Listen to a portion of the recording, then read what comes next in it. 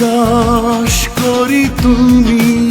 ইতিহাস কখনো হঠাৎ রক্তাক্ত হয় না, তার পেছনে থাকে নীরব ষড়যন্ত্র, অদৃশ্য হাত আর ঘরের ভেতর লুকিয়ে থাকা শত্রু। ঠিক সেই অস্বস্তিকর সত্যটাই আবার সামনে টেনে আনলেন বাংলা গানের যুবরাজ, জনপ্রিয় কণ্ঠশিল্পী আসিফ আকবর। দেশের বর্তমান প্রেক্ষাপট ও ইতিহাসের কিছু নির্মম অধ্যায় নিয়ে সামাজিক যোগাযোগ মাধ্যম ফেসবুকে দেওয়া তার এক পোস্ট ইতিমধ্যেই ব্যাপক সাড়া ফেলেছে। আসিফ আকবর তার পোস্টে স্পষ্ট ভাষায় উল্লেখ করেন, মহাত্মা গান্ধী, ইন্দিরা গান্ধী, রাজীব গান্ধী, শেখ মুজিবুর রহমান, শহীদ প্রেসিডেন্ট জিয়াউর রহমান কিংবা শহীদ শরীফ ওসমান হাদি। এই হত্যাকাণ্ডগুলোর পেছনে কেবল বাইরের শক্তিকে দায়ী করলে ইতিহাসের সঙ্গে অবিচার করা হবে। তার মতে এসব হত্যার মূল সূত্র লুকিয়ে আছে নিজ দেশের ভিতরেই। বিদেশিরা সরাসরি নয়, বরং দেশের অভ্যন্তরে ছড়িয়ে থাকা বিদেশি এজেন্টদের মাধ্যমেই এই নৃশংস অধ্যায়গুলো রচিত হয়েছে।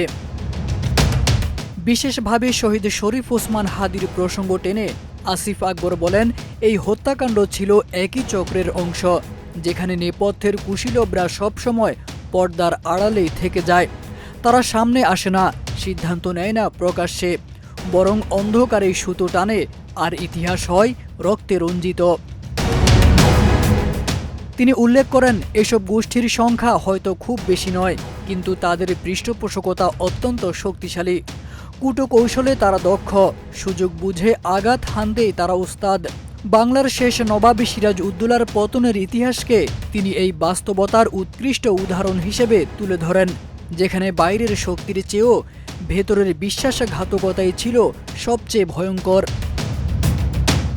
আসিফ আকবরের এই সামাজিক ও রাজনৈতিক মন্তব্য মূলত নতুন প্রজন্মের উদ্দেশ্যে এক ধরনের সতর্কবার্তা। ইতিহাসকে শুধু আবেগ দিয়ে নয়, গভীর সচেতনতা দিয়ে পড়ার আহ্বান জানিয়েছেন তিনি।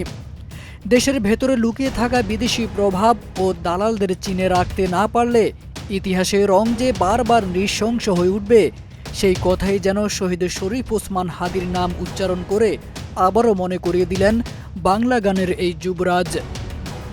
তারেক আজিজ খান, প্রজন্ম 24।